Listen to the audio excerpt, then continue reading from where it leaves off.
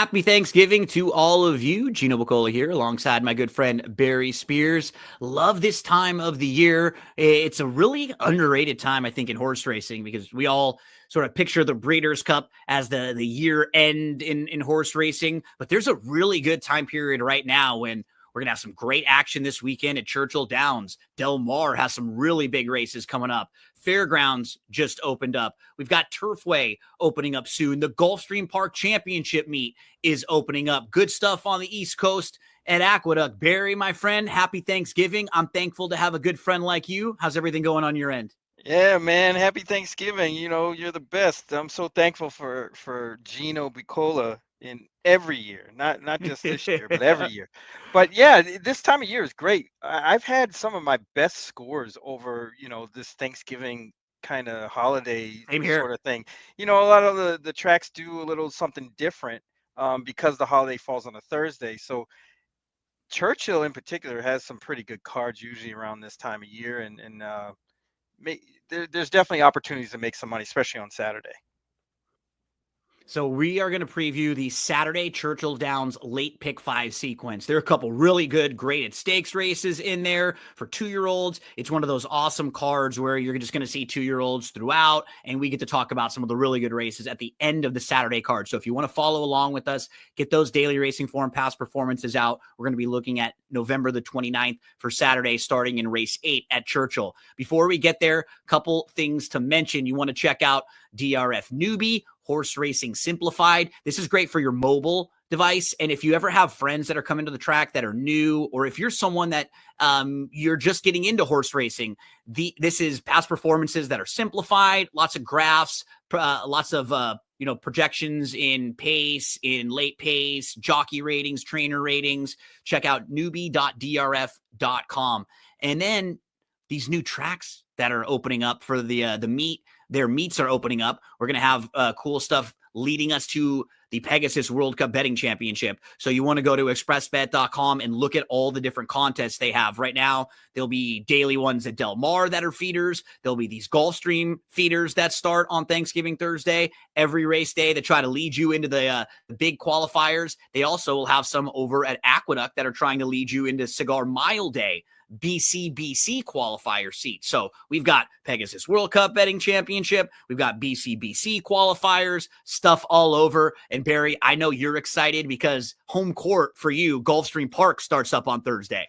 Oh man, this is like the best time of year. I know it's kind of counterintuitive, especially with being right after the Breeders' Cup, but for me, this is like the kickoff to my year actually. So having Gulfstream open, it's local. I can visit and all that kind of stuff. It's always a great time. So Barry and I are going to get to we're going to get to Churchill Downs for the weekend for Saturday. Man, I mean, when you look at Churchill, Fairgrounds, Gulfstream, Del Mar over the next few days, there are just lots of different opportunities for everyone there. Barry, we're going to get into race number 8. Let's get this graphic out of here for you, and let's get the daily racing form past performances up on the screen. And okay, we're through some of our technical difficulties there, Barry. We're going to get to race number 8 at Churchill Downs, Saturday, November the 29th. So we start things out with a 2-year-old stakes race. This one's 6.5 furlongs on the dirt for 2-year-old fillies. We have the top 3 horses that ran in the Myrtlewood Stakes at Keeneland. They're all back in here. That one was won by a fine Chardonnay. So imagine that filly is going to take some action, Barry. She's 5-2 on the morning line. On Time Girl was right behind her. She's 3-1. You have Woodstock, who was the third place finisher there. I'd imagine the 3 of them take a little bit of support. I do also think that down towards the inside, both the 1 and the 2 will get some action. They were both very impressive in winning their maiden races, their maiden wins in October. Alstall Jr. trains the 1, Cherie DeVoe trains the 2, Paige Turner. Who'd you want to start with in the Fern Creek? Honestly, I think the 2, Paige Turner, Yeah. merits a lot of attention here. That race was pretty quick on Halloween, and that horse drew off. I know that the jury's still out on what that horse beat that day or what she beat, but man, she ran pretty fast. And in comparison to the rest of these horses, I think she's going to be really tough in a spot She's like this.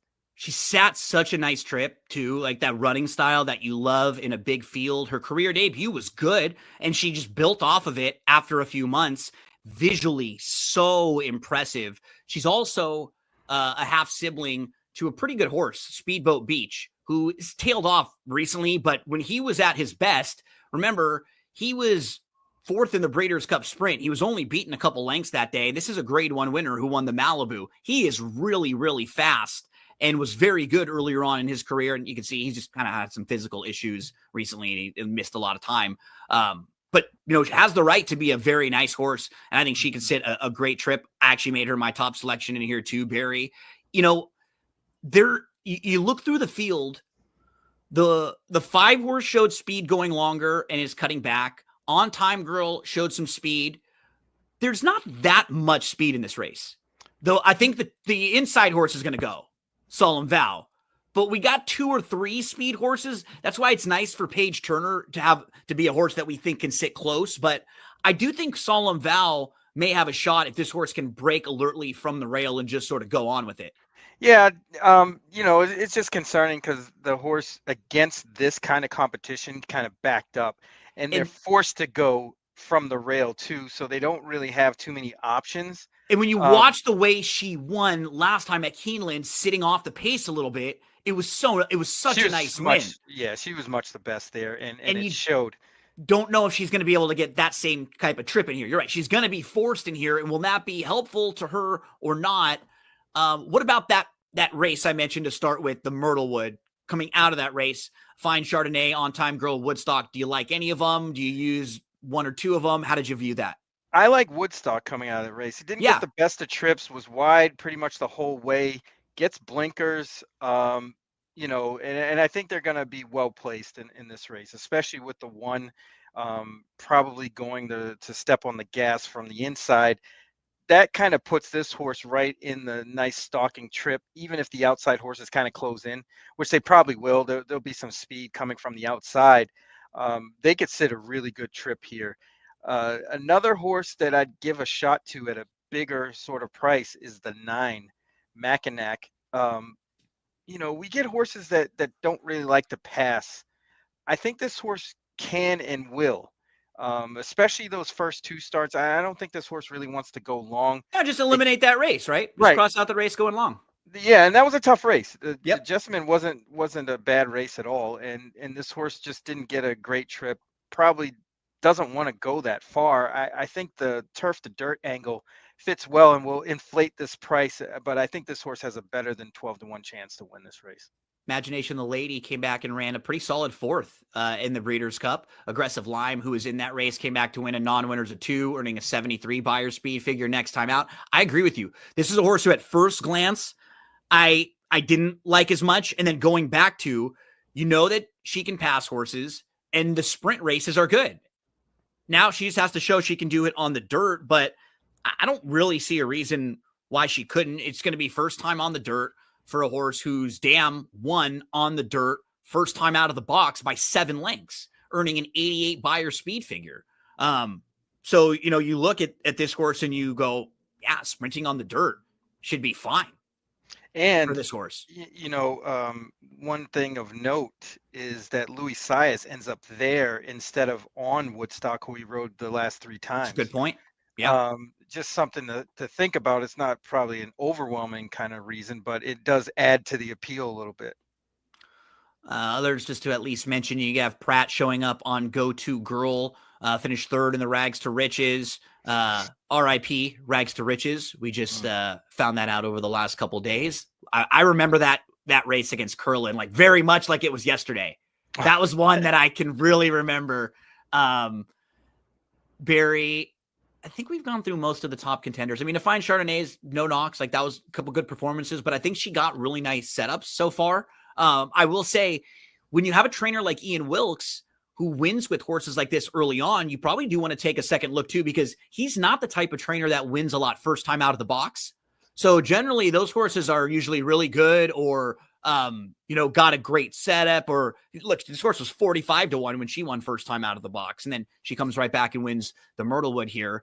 Barry and I both start with the 2 Paige Turner.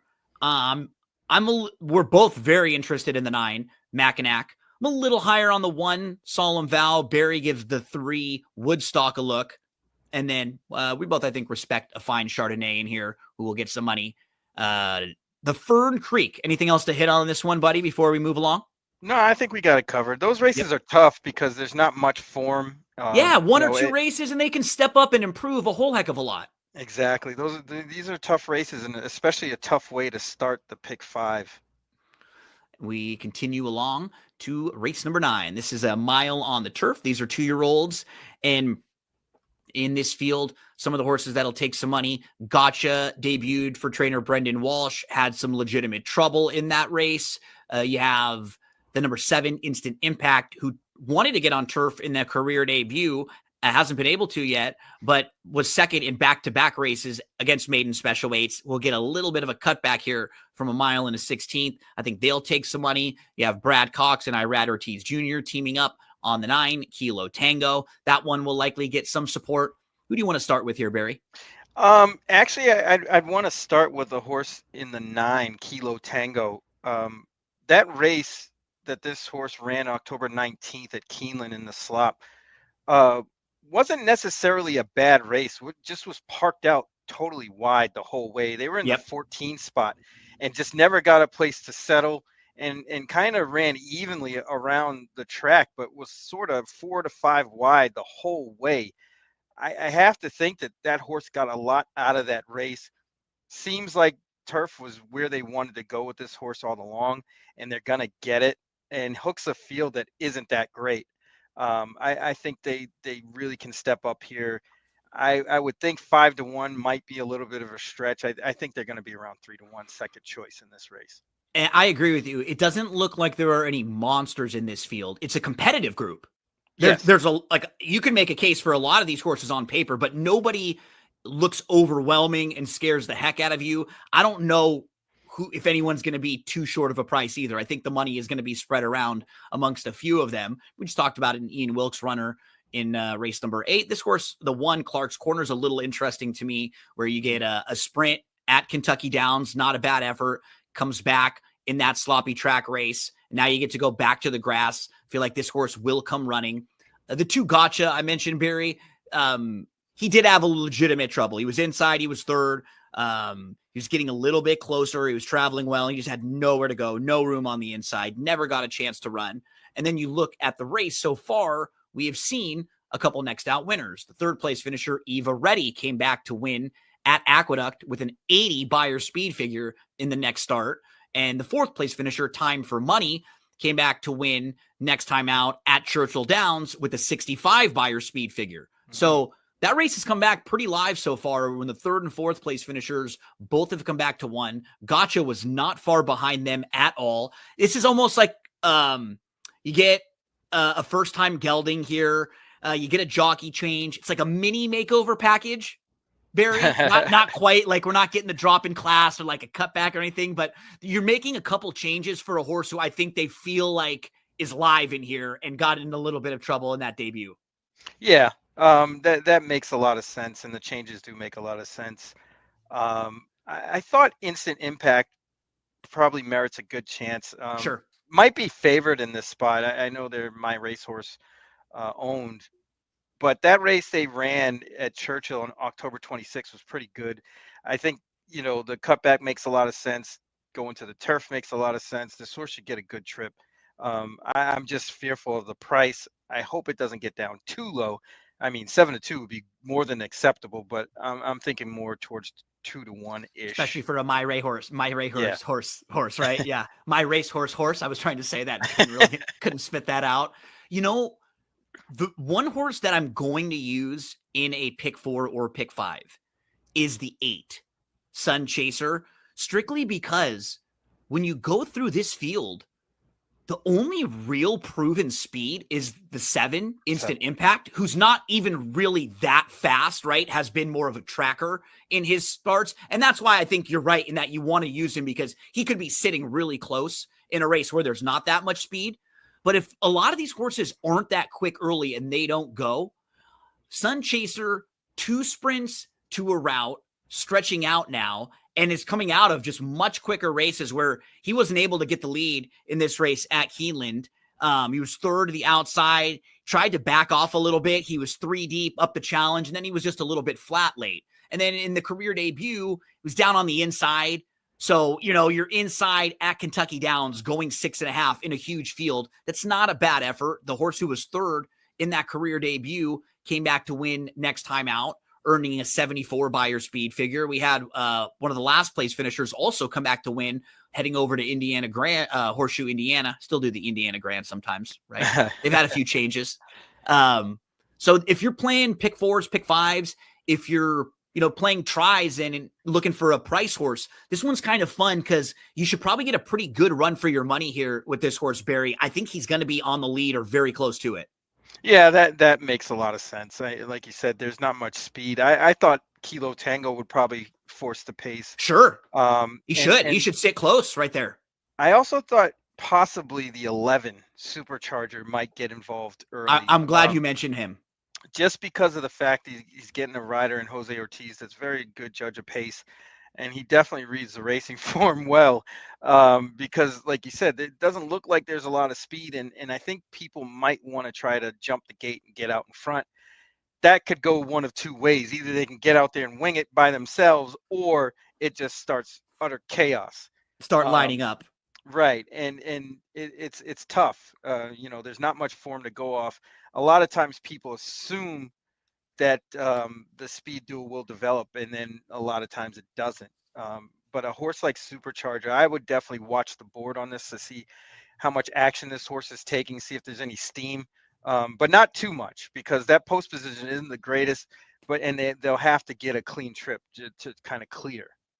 She's bred beautifully. She's Our Charm, won 3 times on the turf, was graded stakes placed, was long on the grass. She's the first foal out of She's Our Charm. Cherie DeVoe is obviously very capable, getting horses ready first time out, getting horses ready to win, going short, long, grass, everything. Debuting at a mile isn't always easy, but this feels like the type of horse who would be one of the ones to run well. And I agree with you. I think he makes a lot of sense. I mean, shout out to Norm Cassie. We had him on as a guest of the Off the Track podcast. Norm just does like a quietly good job, right? Oh, yeah. You just look, because he doesn't get as many of the graded stakes type horses, but he will get horses. He will fix them. He will figure them out. He's just at a 20% clip all the time now. And this horse actually has a little bit of speed. Don't be shocked if this one from the outside, they don't really have many options here. And the horse is bred for the grass. Bred to go long for the grass. When you look at the dam, reverse the decision, who won going long on the turf. So another horse who's going to go 2 sprints to a route, stretching out, tries the turf. If this is a spread race for you, this is probably the type of horse that you want to throw in with some speed outside, can put themselves in the mix early on. These tricky 2-year-old races make for a challenging pick 5 sequence, Barry. Anything else you want to hit on here? Yeah, this is another doozy, in the first 2 legs. This is a tough sequence. You're going to have to make stands somewhere. And this is the type of day that play a couple of these races individually. Even if you're a pick 5 or a pick 4 player, you're going to get in all these races, you're going to get some nice 10, 12 to 1 shots that are very playable. So nothing wrong with the win wager there, hooking up a little double maybe, or a pick 3, an exacta in a race. Like, what's nice about some of these lower takeout doubles and pick 3s that they have now, you have they're a little tougher to hit, but the way that we play, we can connect on doubles and pick 3s like that, and they will pay really, really well, the $5 doubles or the $3 pick 3s like those, Barry. Oh yeah, that's where I've actually focused a lot of my attention on lately. Me too. Yeah. With the new bets, with the $3 bets late in the card. Yep. At certain places, and it's and doubles have been kind of the escape route a little bit from the CAW money and things like that. So you kind of have to get creative betting wise a little bit these days. So it's an even tougher challenge than typical, but there's ways to make some money. And if you're someone who's watched a lot of the shows that we've done through the years with me and Barry, if you're someone who plays sort of the way that we do, we are looking a lot of the times to play good prices in the, 6 to 15 to 1-ish range. Something a lot of the times those are the horses that we're looking at. It's hard to string 5 of those together sometimes. Yeah, Right? absolutely tough. But 2 and 3, you can do that. Absolutely.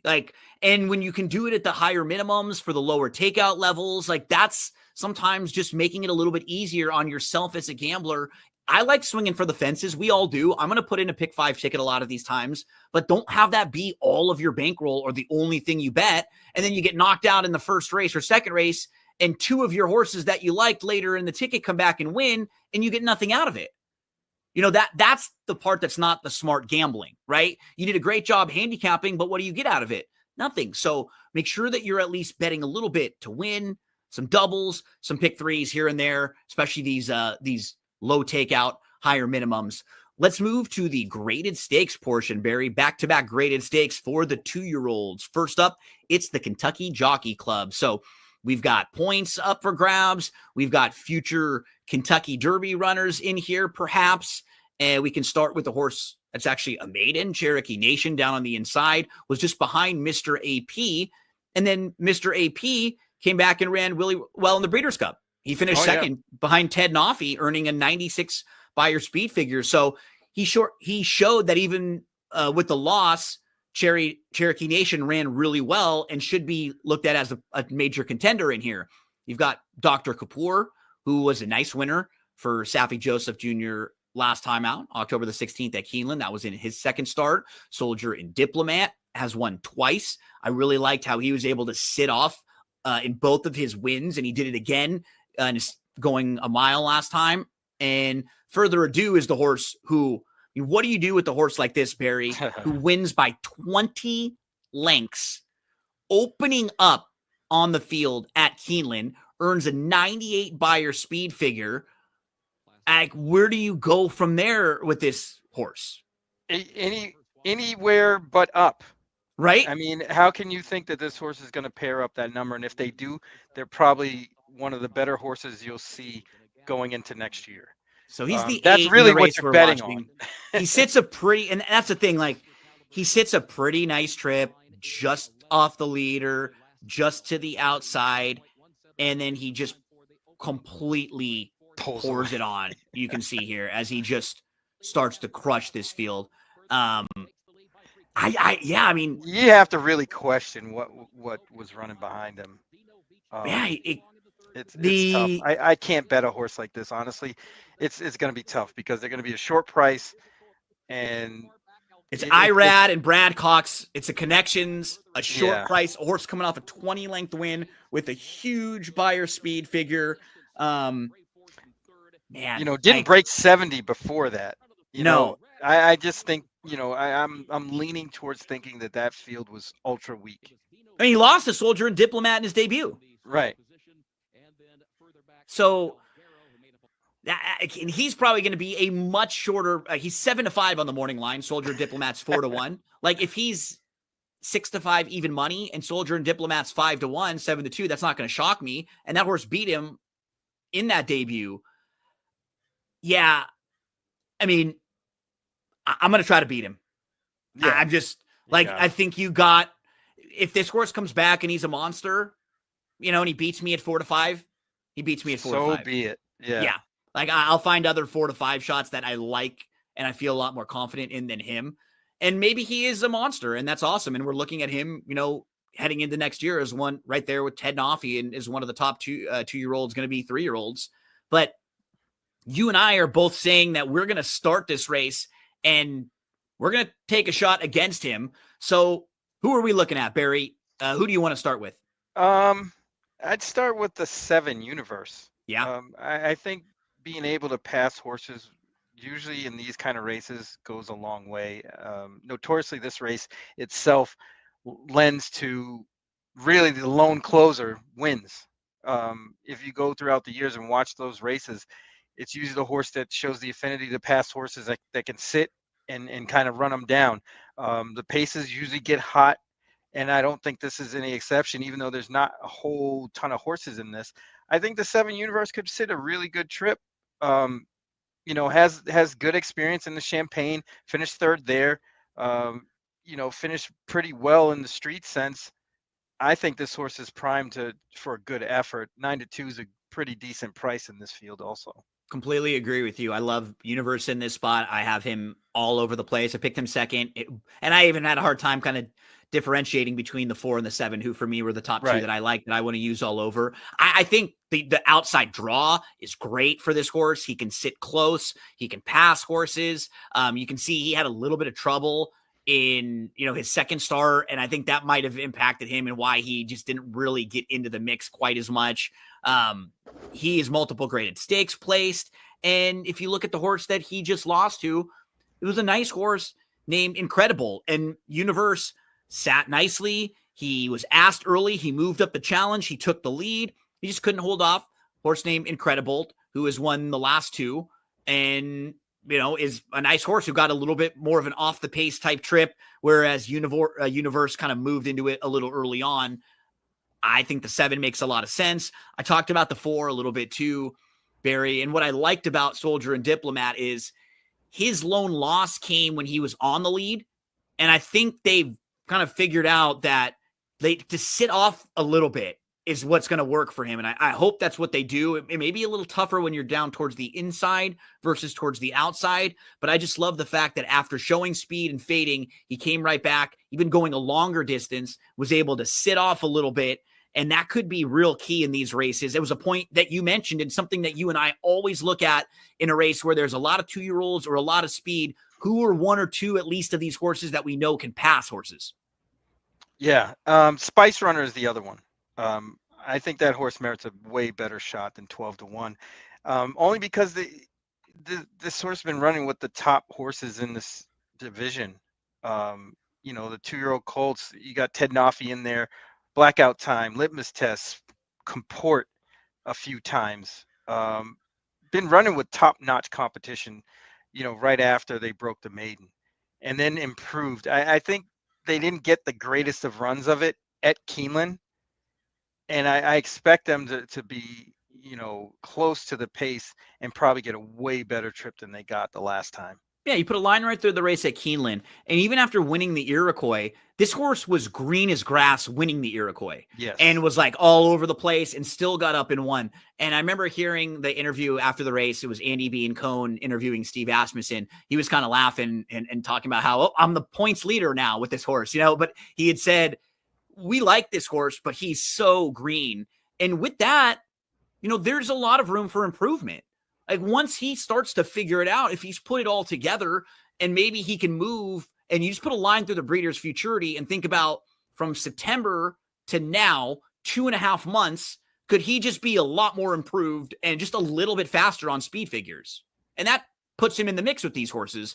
If Further Ado, we're assuming Further Ado is going to regress a little bit, right? He comes back and runs a 98 or 100. He's most likely going to win this race pretty easily. But for me, there were at least 2 or 3 of these other horses that I thought were fun horses to take a shot with, that I think this is a race to take a chance against Further Ado. And if he beats us at a really short price, he beats us. Yeah. That's what I'm looking to do. I mean, obviously, I think I'll have, versions of tickets that have Further Ado on it. Yeah, where you single your other horses and the other legs and stuff, right? But the main play is, I don't think he's not a horse who I've got on top. He is a horse I'm fine playing against on your bigger tickets, and hoping to. If a 4 to 5 horse beats you, it doesn't hurt me as much as if you and I were humming and hawing and we left off Spice Runner, right? Because that we liked, or I'm just talking about like a 12-1 shot. That's the horse that hurts me more than the favorite, because we'll always be able to find those shortish prices. Derby points on the line in the Kentucky Jockey Club. We move to the Golden Rod, Barry. This one is race number 11, 2-year-old fillies here. And I had a fun couple days of the Breeders' Cup. I got to hang out with you basically Friday and Saturday, almost all day at the track. And we were sitting there. And on Saturday, Frank Miramati walked by, and we got a chance to talk with Frank a little bit, because Frank was doing he was working for Breeders' Cup. And what Frank does is when when there's a Breeders' Cup winner, when a horse wins, all the connections, all the people that go to the winner's circle, they come into this room, and Frank talks to them, pumps them up, congratulates all of them Hype while man. yeah, he's the hype man, while the trainer goes and does the press conference, gets asked some questions right after winning the race. So we could hear Frank in the back screaming like, Ben Tornado, Oh Ben man. Tornado, right? And like, it was so funny all throughout the day.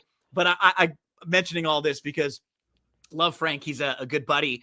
And Frank and I were texting on October the 5th when this Bella Ballerina horse won. And we were laughing because Frank has told me now for a couple years, like, must bet Brendan Walsh in Kentucky. And we were laughing about it because this horse got him, right? And this horse, like, he didn't have this one.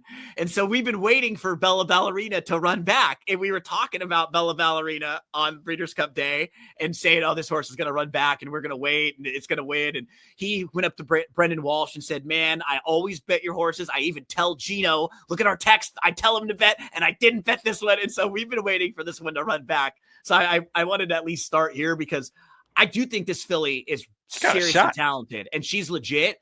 It's just a lot to go from 6 to a mile and a 16th, right? That's a lot to ask for any horse, but she's legit and she's going to be in a race, Barry, where the favorite, Explora, right next door, super talented. But we've seen this now for many years. There's a, like, I'm fine. I like playing against horses after the Breeders' Cup that just ran in the Breeders' Cup. When that was like their goal, that was the focus. You're pointing to that. And then a lot of times that's the race where you run your big race. She fired a good shot. She didn't run poorly that day. She had every chance when you watch the race. She was sitting second, like no excuses, just second best that day. I think she's going to take a ton of money in here. I like kind of taking little swings against horses like this. So, I mean, Bella Ballerina is definitely going to be in the mix for me. How are you seeing this race and who do you want to talk about? Well, I'll say this about Explora. That race in the Breeders' Cup Juvenile Fillies, she really didn't get the run of it because of the fact I personally think that the track was biased at that point. It was kind of very inside speed was doing really, really well up until Saturday. And I think they just couldn't run against the track, and it made all the difference of not winning that race. And I wonder with Baffert a lot of times like this, and some trainers where you come back after, I think we have a really good horse. I think we should have been able to win that race. I want to win another race this year to kind of prove it and maybe see if we can get in the mix for Eclipse Award, stuff like that. Possibly.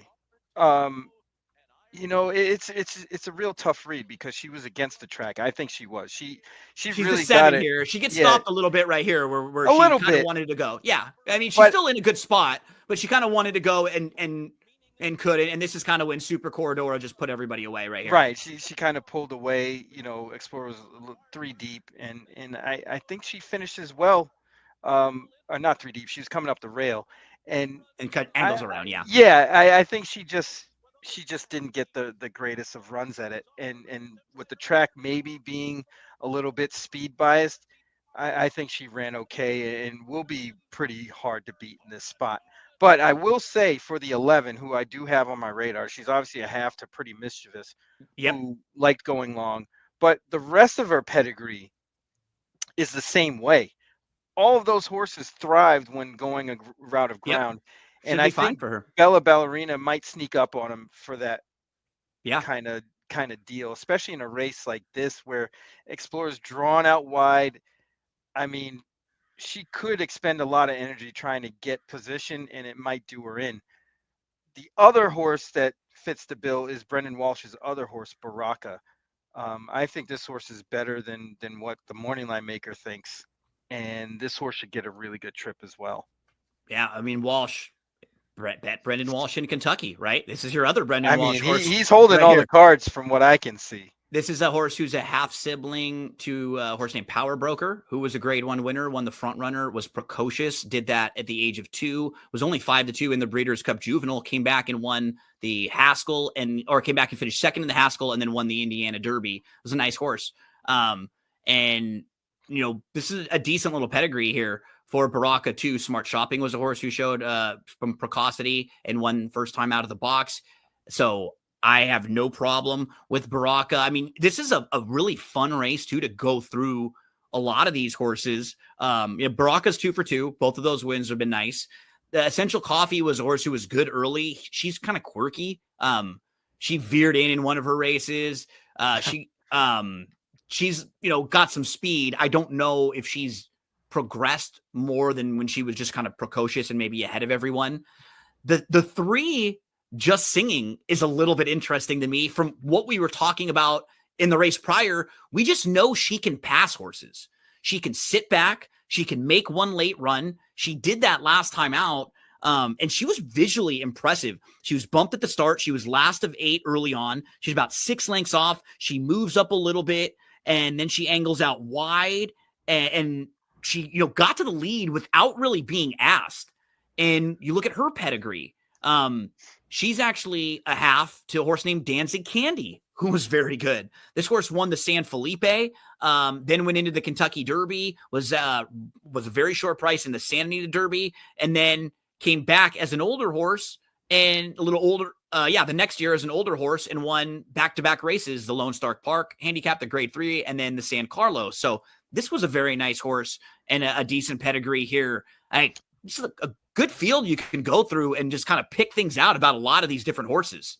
Yeah, this is definitely a tough race. If you can get by Explorer, then it's truly wide open, and it's not very hard to get by her. And like you said, it's tough to bet horses coming back from the Breeders' Cup so quickly. I know he had one that did win in Nevada Beach, out west, but that was on the home court. This is shipping out east. And I will say that was, I think, a field of 5. It was a really it was 4 horses field. In that race. Four in Nevada Beach ended up being like the heavy favorite. There really wasn't much other competition in there. So yeah, he won. So that one might not count. Yeah, right. I was gonna say maybe with a little bit of an asterisk because he won, but it wasn't the most impressive.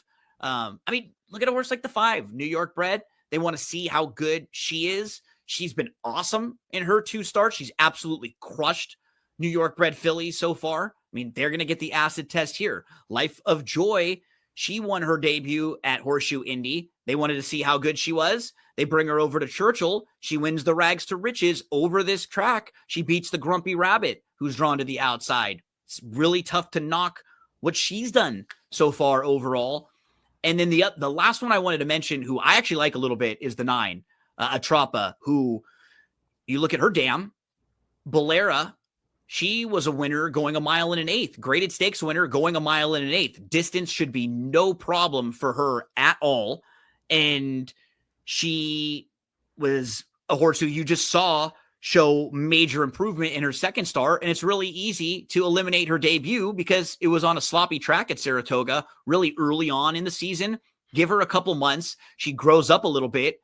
They go longer, which is what she's bred to do. She sits nicely, moves to the lead, crushes. She wins by 10. What I like, though, is she didn't earn some like crazy fast speed figure where we're worried about her regressing. She could actually come back and even maybe step forward off of that effort. Here's a look at Measure, who she beat. Measure came back and won on November the 6th at Churchill, earned a 71 Beyer speed figure. With these 2-year-old races, I mean, there's a lot to like about a lot of these horses. Yeah, like I said, this is a deep field.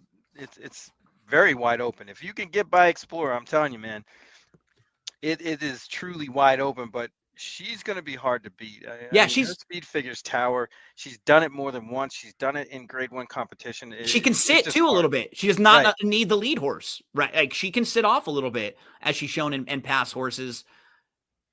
The 11th race, Kentucky Oaks points up for grabs in the Goldenrod.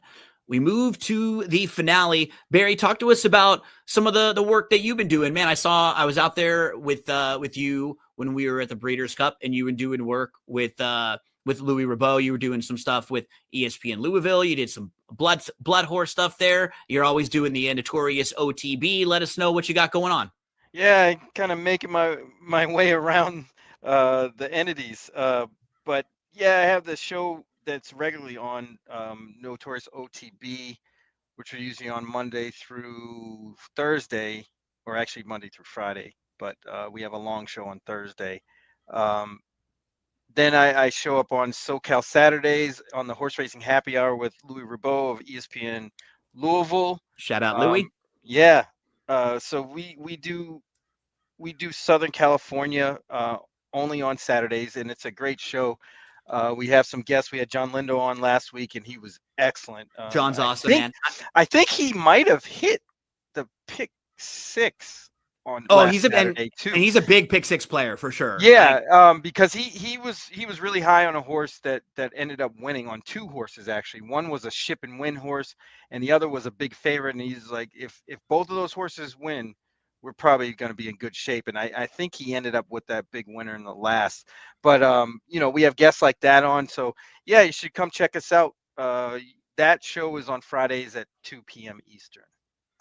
Barry, let's finish things up here with race number 12.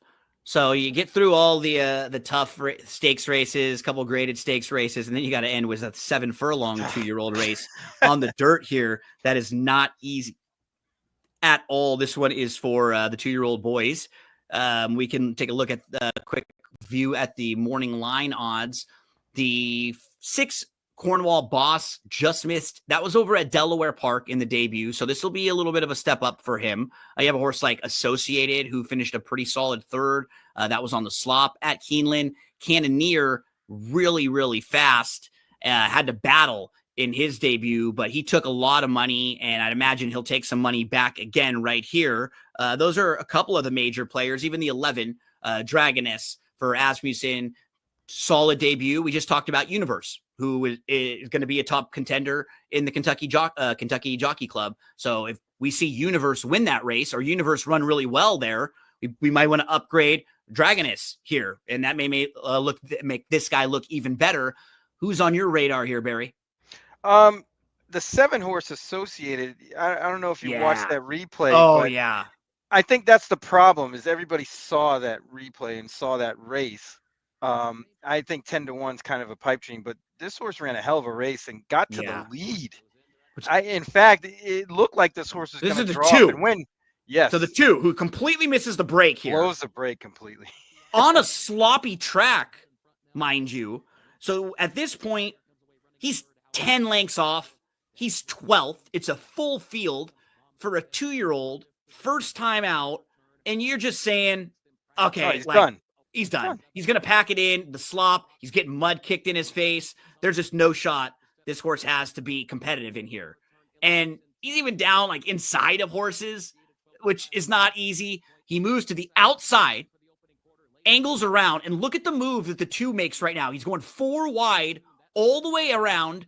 You can see he's now up to about 3rd to challenge. He's going to take the lead and open up here quickly. He's like, 1, 2, 3, 4, 5 out on the 5-6 path there. He's green as he kind of comes over a little bit. But look at the run that this horse made to get here and open up 2. Right, and he wasn't urged. I see the horse, the jock go to the stick there, the left-handed stick once, and it looked like this horse was just going to hang in there, and then 2 horses pass him late. Yeah, which probably bodes well for his price, but not very much. I think this horse is going to get bet a little bit, and I think they're, ideally their trip is going to be a lot closer up to the pace. Yeah, I don't think they're going to try the same maneuver they did last time.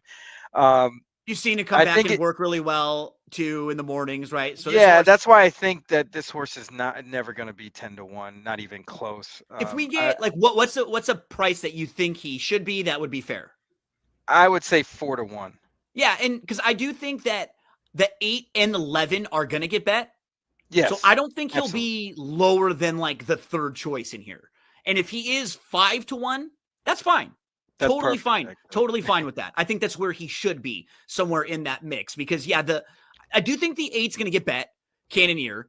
He was a $1.75 million purchase. Yeah. This horse is supposed to be a monster. He's bred well. He was good in the mornings. This horse is a half to midnight bourbon. And, you know, he's got a nice pedigree. Gervin was a solid horse. Cocked and Loaded was a solid horse. You go through this entire pedigree. Pirate's Punch was a multiple graded stakes winner. So pedigree-wise, he makes a whole lot of sense. He's really, really fast. He had to battle. You get the connections play.